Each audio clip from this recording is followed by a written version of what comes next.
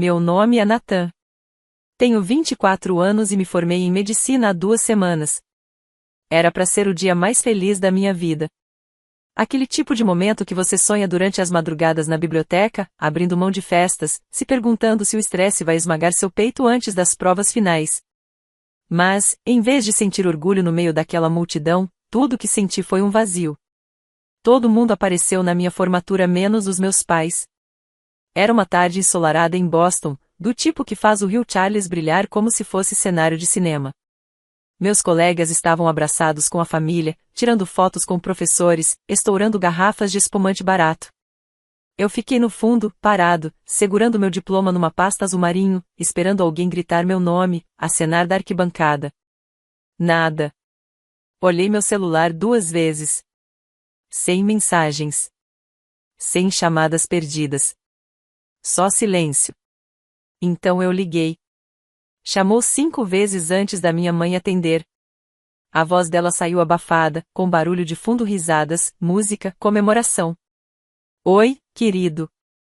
Está tudo bem? Ela perguntou. Fiquei encarando o celular como se ele tivesse me traído. Ah, só queria saber onde vocês estão, respondi. Ah, sim, ela disse, como se tivesse esquecido de comprar pão no mercado.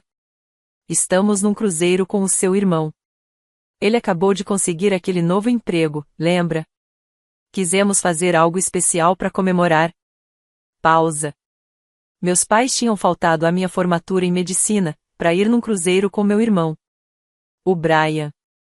Meu irmão mais novo, que conseguiu um cargo júnior em vendas numa startup de tecnologia 2 semanas antes e estava agindo como se tivesse virado CEO do Google.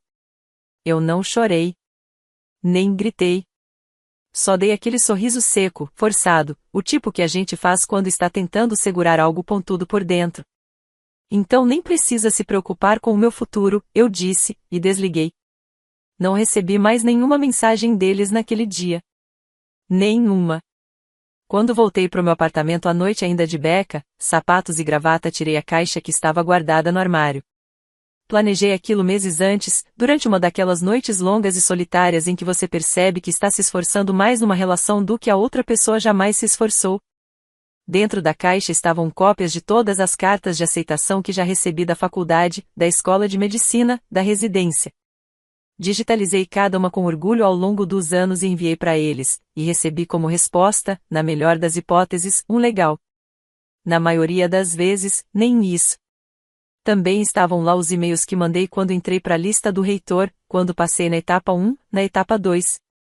Até coloquei um cartão de aniversário que tinha feito para eles no ano anterior à mão, porque na época não tinha dinheiro para comprar um presente de verdade.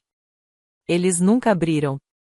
Na tampa da caixa, colei um bilhete que escrevi no ano passado, pouco depois de Brian ganhar o 3º carro em 5 anos, enquanto eu ainda dependia de ônibus para ir às rotações. O bilhete dizia: se algum dia vocês se perguntarem por que eu parei de tentar conquistar sua aprovação, leiam tudo isso em voz alta. Talvez assim consigam ouvir o que eu tenho gritado em silêncio há anos. Paguei por envio expresso e mandei para a casa deles na semana seguinte. Nunca recebi resposta. Nenhuma confirmação de entrega. Imaginei que tivessem jogado fora. Mas, 2 semanas depois da formatura, bateram na minha porta. Eu estava esquentando sobras de comida tailandesa quando abri e vi meu pai ali, segurando a caixa. Ele parecia mais velho. Não só de idade, mas daquele jeito exausto que aparece quando algo finalmente te alcança depois de anos fugindo. Os ombros caídos, os olhos vermelhos e distantes. Eu não sabia, disse ele, quase num sussurro. Levantei a sobrancelha. Não sabia o quê? Ele ergueu a caixa e murmurou: por que você não contou pra gente? Só apontei pro bilhete colado na tampa. Vai em frente. Leia em voz alta. Meu pai ficou imóvel por alguns segundos, parado na porta. Segurava os cantos da caixa como se fosse algo frágil e perigoso. Os lábios comprimidos naquela linha fina que ele fazia quando chegava uma conta que não queria pagar ou quando Brian era pego saindo escondido e ele precisava fingir ser o pai rígido por 5 minutos antes de ceder. Dei um passo pro lado e deixei o silêncio pairar entre nós como uma provocação. Finalmente, ele entrou devagar, hesitante. Sentou-se à minha pequena mesa de jantar. A mesma onde comi incontáveis jantares de micro-ondas sozinha enquanto estudava Promcat.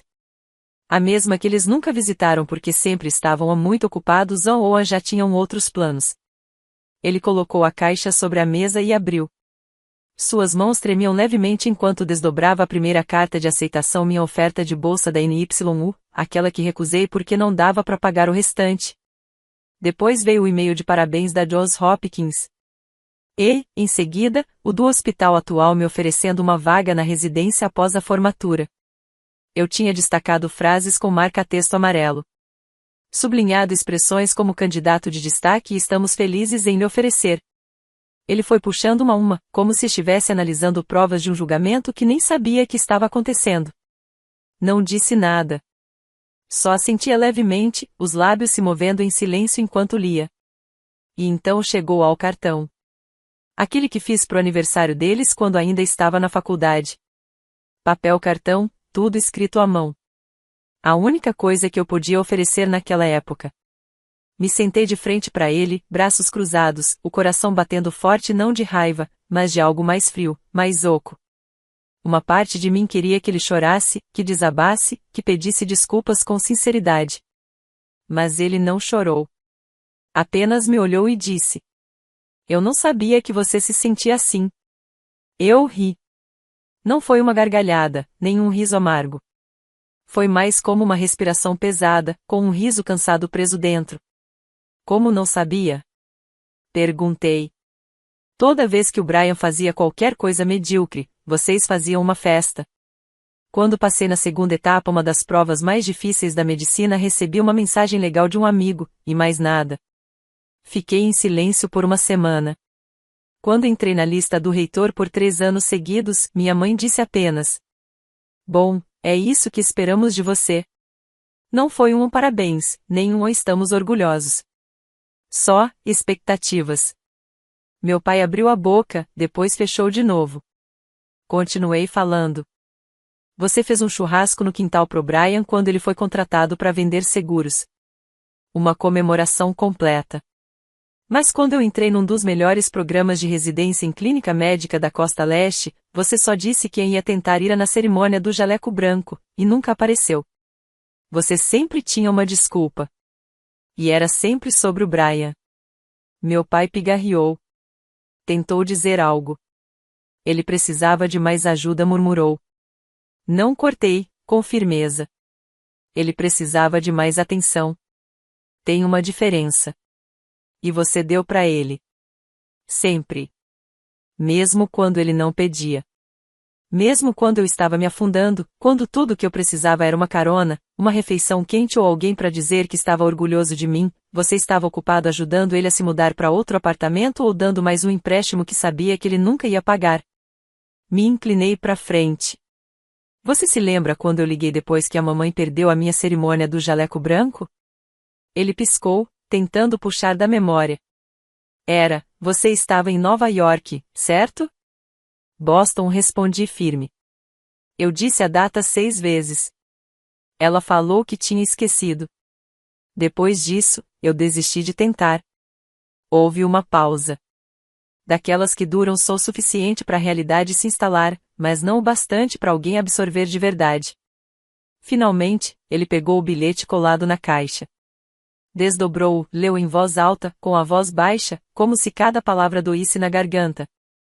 Se algum dia você se perguntar por que parei de tentar ganhar sua aprovação, leia tudo isso em voz alta. Talvez assim você ouça o que tenho gritado em silêncio há anos. Ele soltou o papel e me encarou. Mas dessa vez, eu não desviei o olhar. Eu queria que ele sentisse aquilo. Sentisse como foi passar anos sendo ignorado, deixado de lado, tratado como se não estivesse ali. Eu não sabia que fizemos você se sentir tão invisível, disse ele, num tom quase arrependido. Demorei a responder. Minhas mãos estavam cerradas debaixo da mesa. Porque a verdade é, eu não me sentia invisível. Eu me sentia deliberadamente ignorado. Como se tivessem escolhido não me ver. Como se minhas conquistas só tivessem valor se encaixassem na história que eles contavam. A história em que o Brian era quem precisava de apoio, e eu era quem se virava sozinho. Então, para eles, eu não precisava de nada. Talvez você não quisesse, falei, finalmente. Mas aconteceu assim mesmo. Ele ficou olhando fixamente para a mesa por um tempo longo. Então, sem dizer nada, empurrou a caixa em minha direção e se levantou. Sua mãe devia ter vindo. Nós dois devíamos. Eu vou dizer isso a ela. Não respondi. Ele parecia querer dizer mais alguma coisa, mas, em vez disso, enfiou a mão no bolso do paletó e tirou um pequeno envelope quadrado. Isso chegou na semana passada, disse. A gente achou que era propaganda, mas era do hospital. Peguei o envelope com cuidado. Estava endereçado a mim, mas com meu antigo endereço, riscado e redirecionado para o meu apartamento atual. Dentro, havia um cartão de papel grosso, com o selo em relevo do meu programa de residência. Abri. Dentro, um bilhete curto, direto, assinado pelo meu diretor de programa. Nathan, obrigado por sua incrível dedicação e liderança. Você foi selecionado como o novo residente-chefe. Mal podemos esperar para ver até onde você irá. Meu pai leu por cima do meu ombro e murmurou. Residente-chefe? Assenti uma única vez. É. E foi aí, que ele finalmente disse. Por que você não contou pra gente? Olhei para ele, ainda com o envelope nas mãos, e respondi. Porque eu queria ver se você descobriria sozinho. Ele assentiu devagar e deu um passo para trás, em direção à porta. Fiquei observando, sem saber se ele estava se sentindo envergonhado, culpado, ou só sobrecarregado. Talvez um pouco dos três. Mas ele não foi embora. Não ainda. O que ele fez em seguida mudou tudo. Ele ficou ali, parado perto da porta, a mão na maçaneta, como se estivesse tentando decidir se tinha ou não o direito de dizer mais alguma coisa. Respirou fundo daquele jeito que a gente respira quando está prestes a falar algo difícil. Algo que você ensaia 1000 vezes na cabeça, mas nenhuma versão soa certa quando finalmente tenta colocar para fora. Eu sei que não conquistei o direito de perguntar isso, disse ele por fim, se virando para me encarar outra vez, mas, ainda tem como consertar isso? A pergunta caiu pesada. Não porque eu nunca tivesse pensado nisso. Pensei, sim. Muitas vezes. Mas porque, naquele momento, eu sinceramente não sabia a resposta. Tinha anos de silêncio guardados no peito. Anos de mensagens ignoradas, ligações perdidas, marcos importantes que passaram em branco. E nada disso podia ser desfeito com uma caixa de lembranças e uma conversa tardia. Não respondi de imediato. Fui até a janela e abri a cortina. Lá fora, uma garoa fina começava a cair, borrando o brilho laranja das luzes da rua.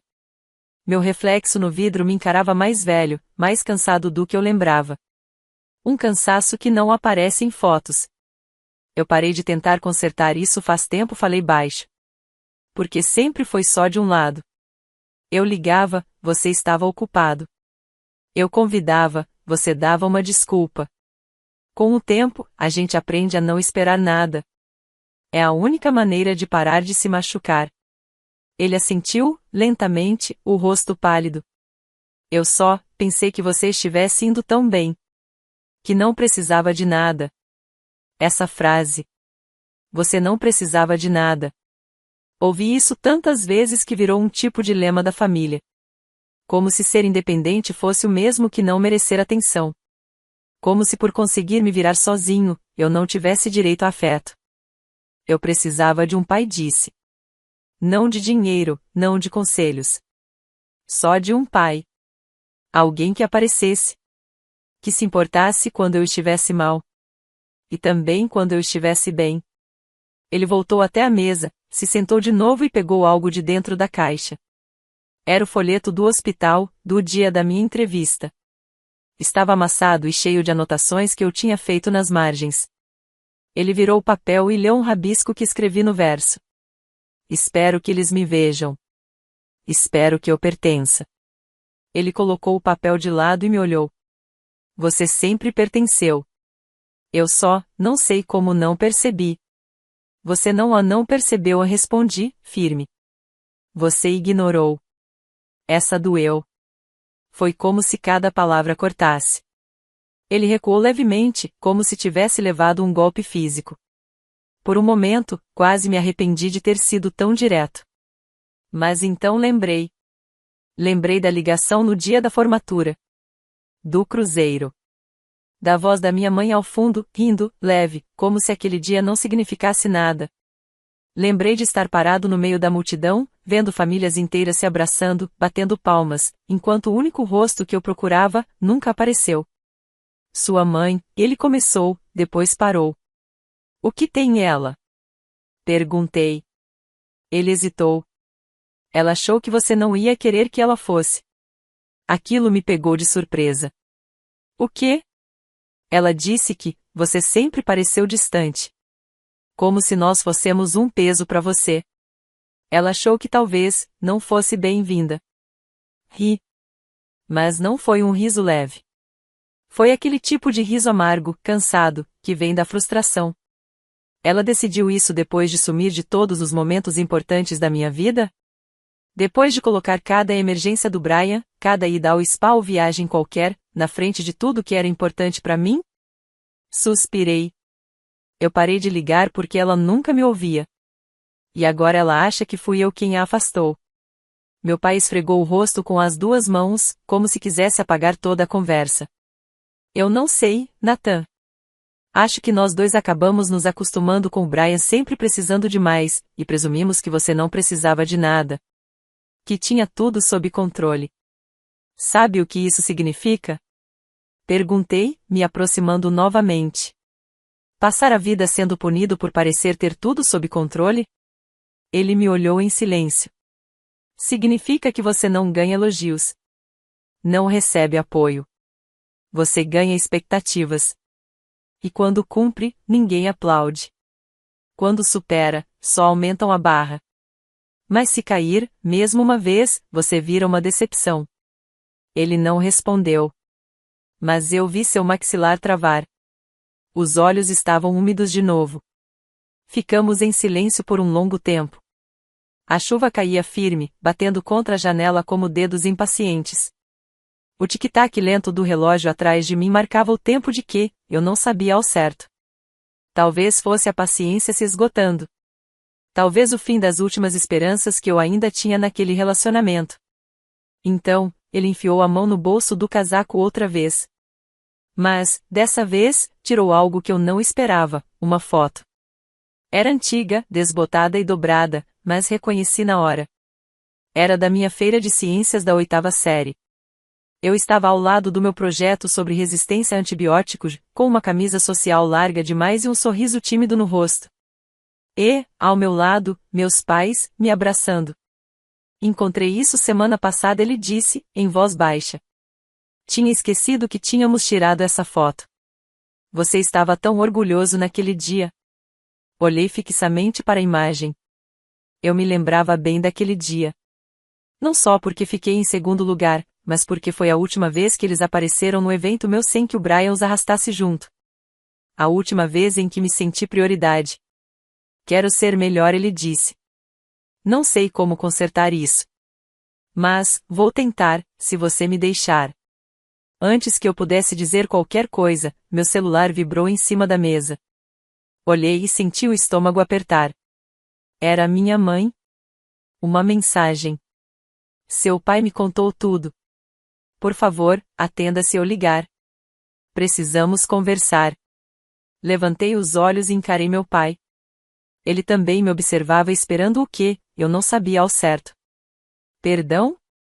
Permissão? Ou só um sinal de que ainda havia tempo? Mas eu também não sabia. Porque qualquer coisa que eu dissesse naquele momento, mudaria tudo. Não respondi à mensagem. Pelo menos, não de imediato. Apenas encarei a tela, li de novo, e então virei o celular de frente para baixo, como se assim pudesse adiar o peso da decisão. Meu pai ainda me olhava. Havia paciência ali, mas também uma certa urgência silenciosa, como alguém que sabe que já esgotou todas as chances e está torcendo para ganhar só mais uma. Sabe qual é a pior parte disso tudo? Perguntei, depois de um tempo. Ele balançou a cabeça devagar, sem dizer nada. Não foram os eventos que vocês perderam. Nem as desculpas. Nem o jeito como vocês sempre fizeram o Brian se sentir como o filho de ouro. Fiz uma pausa. Foi o fato de você ter achado que eu aceitaria para sempre. Que eu sempre seria aquele que entende, que se adapta, que cede. Aquele que fica por último na fila. Você nunca achou que eu fosse parar de tentar. E quando isso aconteceu, você ficou surpreso.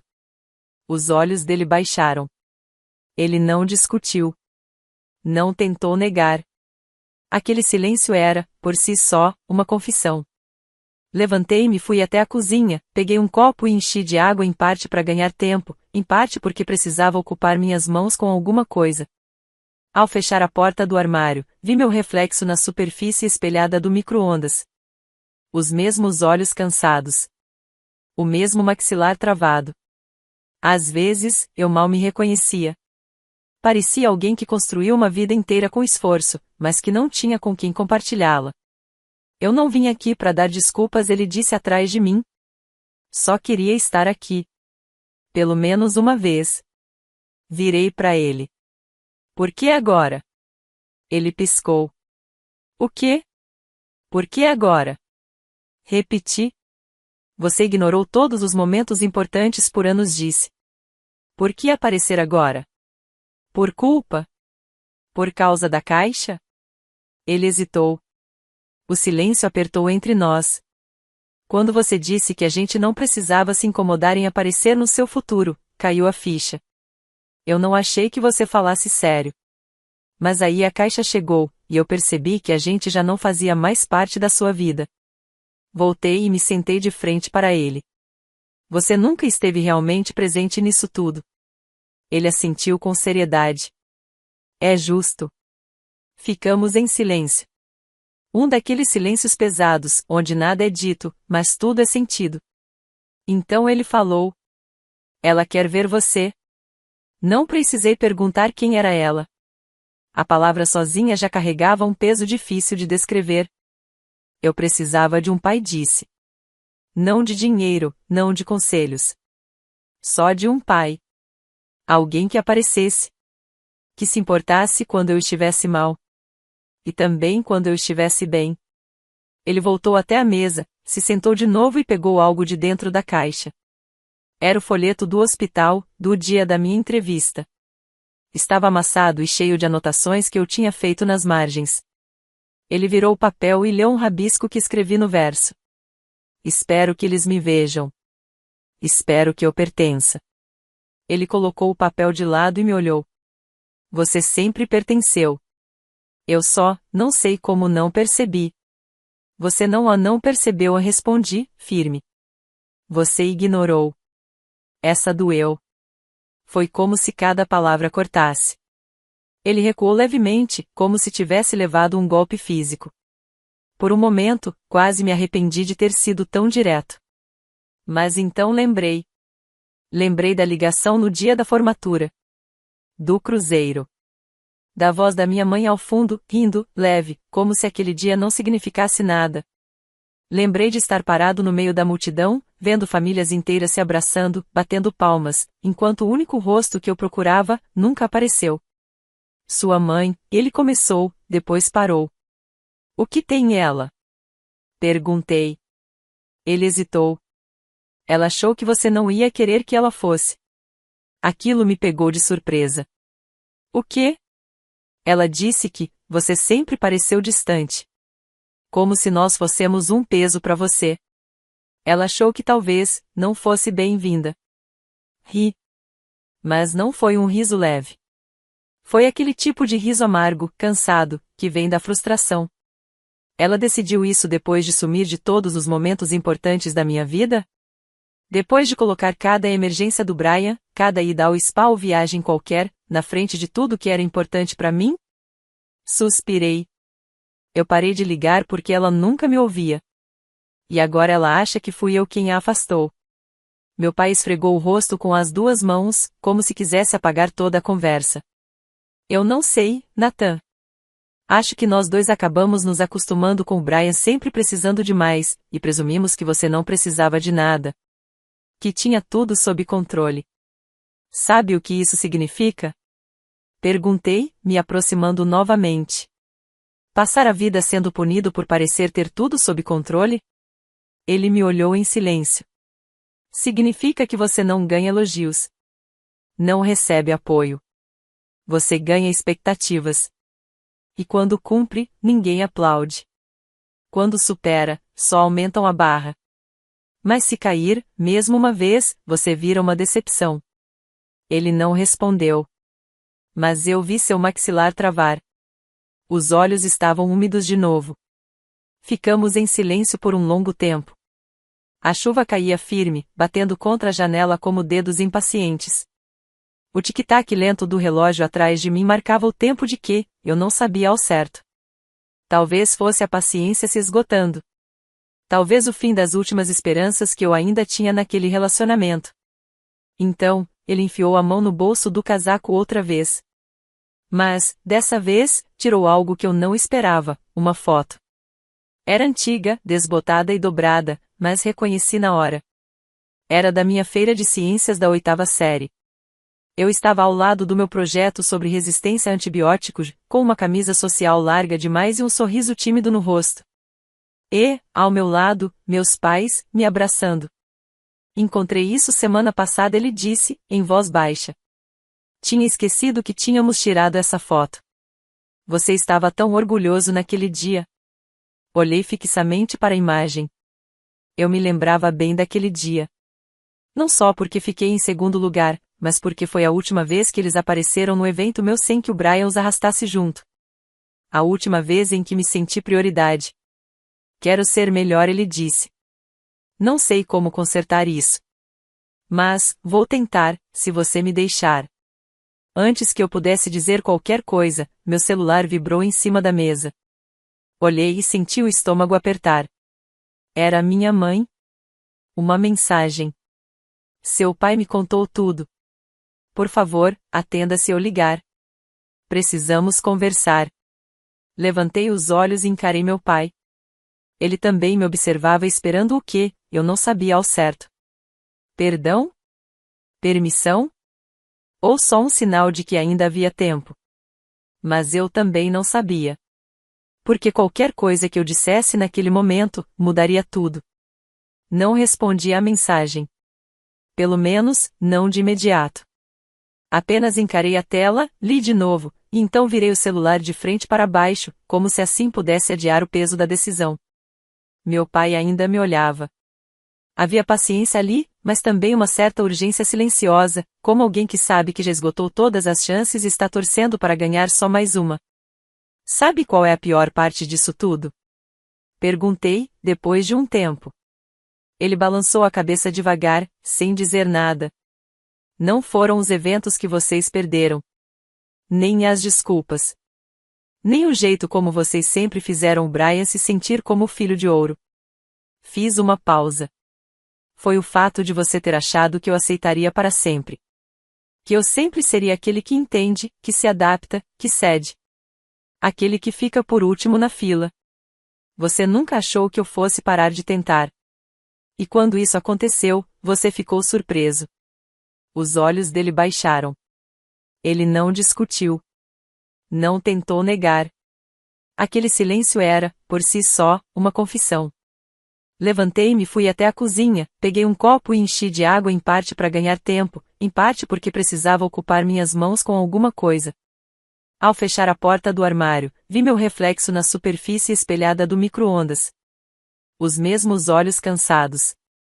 O mesmo maxilar travado. Às vezes, eu mal me reconhecia. Parecia alguém que construiu uma vida inteira com esforço, mas que não tinha com quem compartilhá-la. Eu não vim aqui para dar desculpas, ele disse atrás de mim. Só queria estar aqui. Pelo menos uma vez. Virei para ele. Por que agora? Ele piscou. O quê? Por que agora? Repeti. Você ignorou todos os momentos importantes por anos, disse. Por que aparecer agora? Por culpa? Por causa da caixa? Ele hesitou. O silêncio apertou entre nós. Quando você disse que a gente não precisava se incomodar em aparecer no seu futuro, caiu a ficha. Eu não achei que você falasse sério. Mas aí a caixa chegou, e eu percebi que a gente já não fazia mais parte da sua vida. Voltei e me sentei de frente para ele. Você nunca esteve realmente presente nisso tudo. Ele assentiu com seriedade. É justo. Ficamos em silêncio. Um daqueles silêncios pesados, onde nada é dito, mas tudo é sentido. Então ele falou. Ela quer ver você. Não precisei perguntar quem era ela. A palavra sozinha já carregava um peso difícil de descrever.